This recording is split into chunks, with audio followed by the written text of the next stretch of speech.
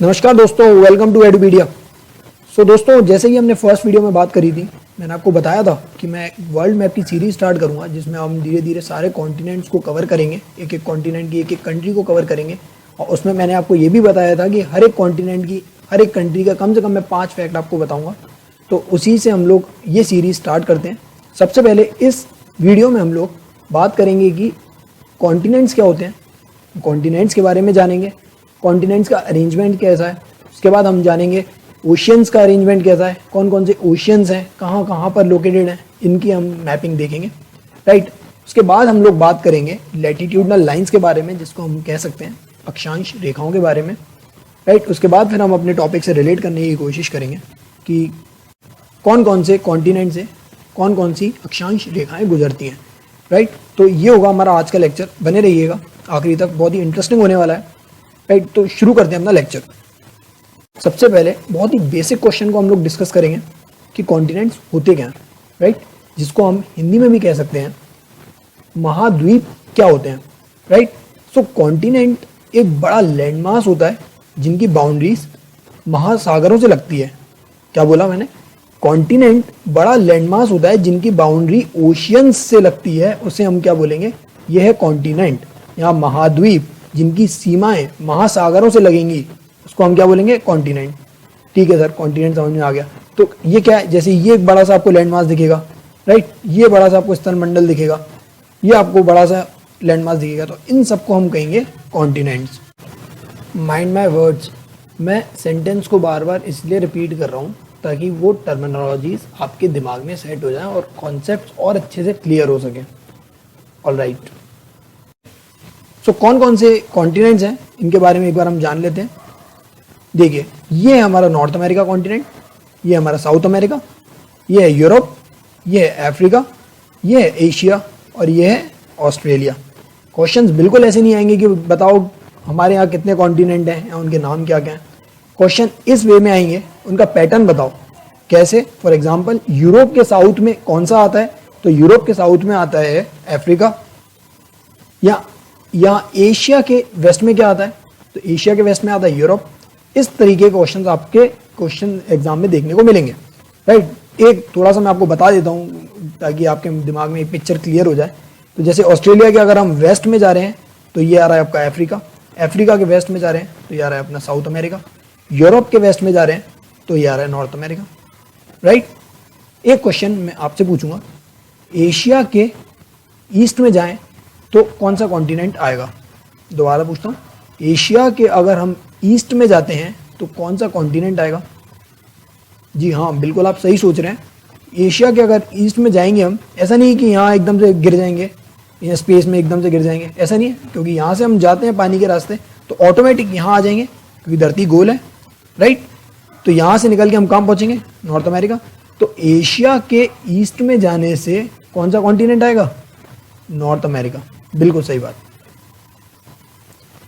एक बार मैं आपको आखिरी में ब्लैंक मैप से रिवाइज करवा दूंगा, तो आप उसकी टेंशन मत लेना। एक बार हम आखिरी में जब सम अप करेंगे तो रिवाइज कर लेंगे पूरा, राइट।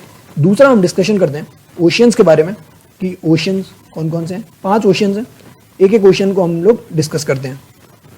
सबसे पहले ओशियन की हम लोग बात करेंगे तो वो है ये अटलांटिक ओशियन, राइट। ये क्या आपको दिख रहा है? Atlantic ocean. ये आपको मैं मार्क करके दिखा रहा हूँ। तो अटलांटिक ओशियन, ये एक आपको शेप बनता हुआ दिख रहा होगा। इस शेप कौन सा है? ये एस शेप का है। तो क्वेश्चन यहीं से आता है कि एस शेप का कौन सा ओशियन है? वो है Atlantic ocean, right. S shape का कौन सा ओशियन है? वो है अटलांटिक ओशियन। अब क्वेश्चन ऐसे भी बन सकता है कि अफ्रीका के वेस्ट में कौन सा ओशियन आता है? तो वो है अटलांटिक ओशियन।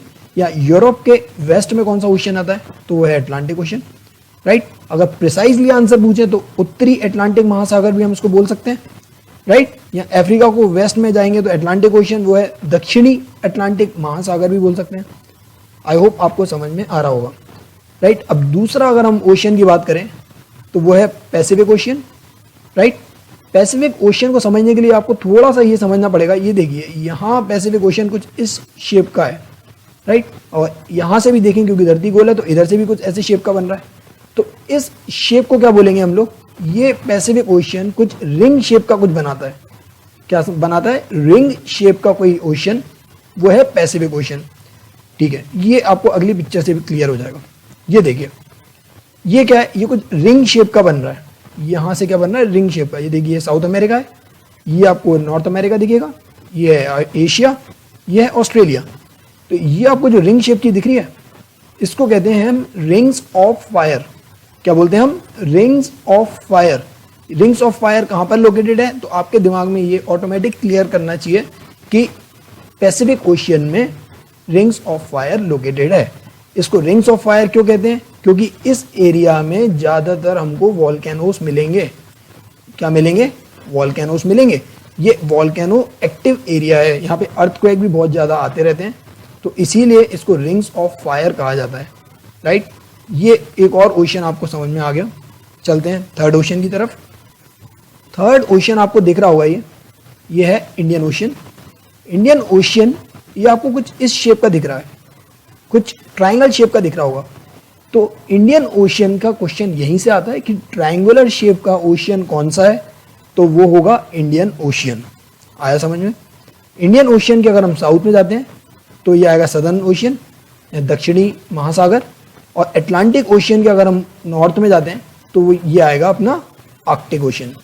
अभी तक आई होप आपको क्लियर हो गया होगा। राइट, तो एक बार हम इसको ब्लैंक मैप से रिवाइज करने की कोशिश करते हैं। सो ये हमारा ब्लैंक मैप, ये है वर्ल्ड मैप। राइट, ये अपना था नॉर्थ अमेरिका, ये था अपना साउथ अमेरिका, ये था अपना अफ्रीका, ये था अपना यूरोप, ये था अपना एशिया, ये था ऑस्ट्रेलिया और ये था अंटार्कटिका। अभी तक इनकी पिक्चर आपके दिमाग में बैठ गई होगी। राइट, ये एस शेप का मैंने आपको बताया था, एस शेप का महासागर, ये था अटलांटिक महासागर। ये आपको रिंग के फॉर्म में मैंने बताया था एक महासागर है, ये रिंग के फॉर्म में आपको एक बताया था मैंने महासागर है, तो ये था पैसिफिक ओशन। राइट, ये आपको ट्रायंगुलर शेप का एक ओशन बताया था मैंने, तो ये था इंडियन ओशन। राइट, यहाँ था सदर्न ओशियन, यहाँ था आर्कटिक ओशन। राइट, अभी तक ये चीज़ आपको क्लियर हो गई होंगी।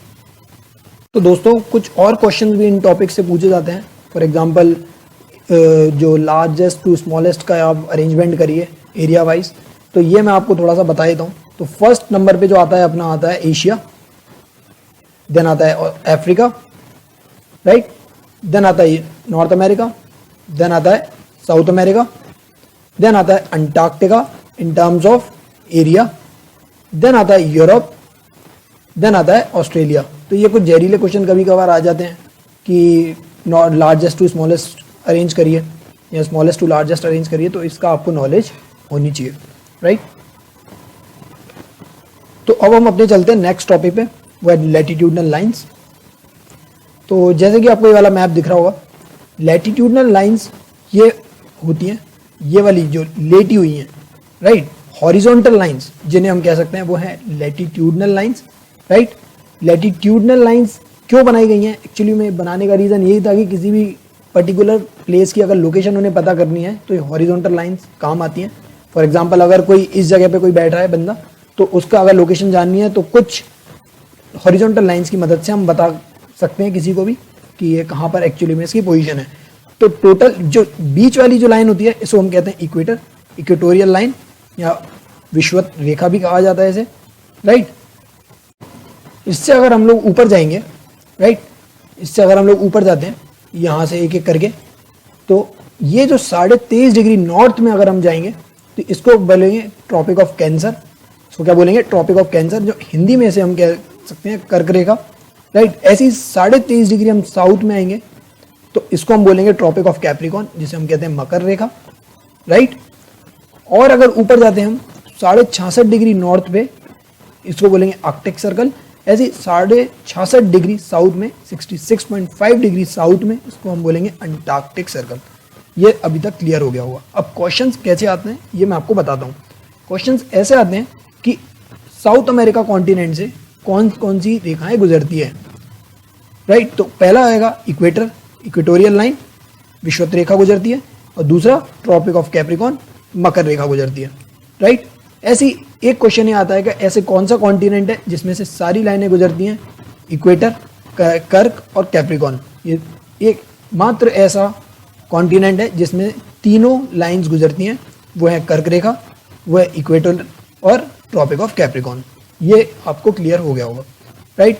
ऐसी अगर हम बात करें तो आर्कटिक सर्कल कहाँ कहाँ से गुजरता है, तो एक नॉर्थ अमेरिका को कनेक्ट कर रहा है, एक यूरोप को भी, एक एशिया को भी, राइट। नॉर्थ अमेरिका को एक और लाइन काटती है, वो है कर्क रेखा। आया समझ में? तो ऐसे ही क्वेश्चंस आपको देखने को मिलेंगे। ऑस्ट्रेलिया एकमात्र ऐसा है जिसमें से एक लाइन गुजरती है, राइट। एक क्वेश्चन ऐसे ही पूछ लेते हैं कि ऐसा कौन सा कॉन्टिनेंट है जो पूरा का पूरा ट्रॉपिक ऑफ कैंसर के ऊपर लोकेटेड है, तो उसके लिए भी आप आंसर निकाल पाएंगे यूरोप। तो इस तरीके के क्वेश्चन आपको देखने को मिलेंगे। एंड एट लास्ट एक क्वेश्चन मैं आपसे पूछूंगा कि ऐसा कौन सा महाद्वीप है जिसमें से कर्क रेखा और आर्कटिक सर्कल दोनों गुजरते हैं। ऐसा कौन सा कॉन्टिनेंट है जिसमें से Tropic of Cancer as well as Arctic Circle दोनों गुजरते हैं। तो बिल्कुल सही है, इसका आंसर आप जो सोच रहे हैं वो है एशिया। एशिया एक ऐसा है जिसमें से Tropic of Cancer as well as Arctic Circle दोनों गुजरते हैं। एशिया के अलावा एक नॉर्थ अमेरिका भी है जिनमें Tropic of Cancer as well as Arctic Circle दोनों गुजरते हैं, राइट। बहुत स्टूडेंट्स को ये समझ में नहीं आता वेस्ट ईस्ट नॉर्थ साउथ कहाँ पर है, तो उनके लिए भी एक मैं ब्रह्मास्त्र लेकर आया हूँ, वो है ये। उनके लिए मैंने एक टेबल बना दी है, इस टेबल पे मैंने लिखा हुआ है हर एक कॉन्टिनेंट का, तो आप चाहे तो उसका स्क्रीनशॉट लेके इसको याद कर सकते हैं, राइट। तो आई होप कुछ कॉन्सेप्ट्स में क्लियरिटी आई होगी, कहाँ कहाँ पे कौन से कॉन्टिनेंट्स हैं, कहाँ पे कौन से ओशियंस हैं, उनका पैटर्न क्या है, उनका डिस्ट्रीब्यूशन कैसा है, उनका अरेंजमेंट कैसा है, north to south, south to और नॉर्थ। तो बहुत कुछ आपको सीखने को मिला होगा। अगर वीडियो अच्छी लगी हो तो लाइक करिएगा and do subscribe the channel and share with your friends ताकि उनकी भी बेसिक नॉलेज इंक्रीज हो सके। तो मिलते हैं अगली वीडियो में, तब तक के लिए स्टे ट्यून्ड, स्टे सेफ।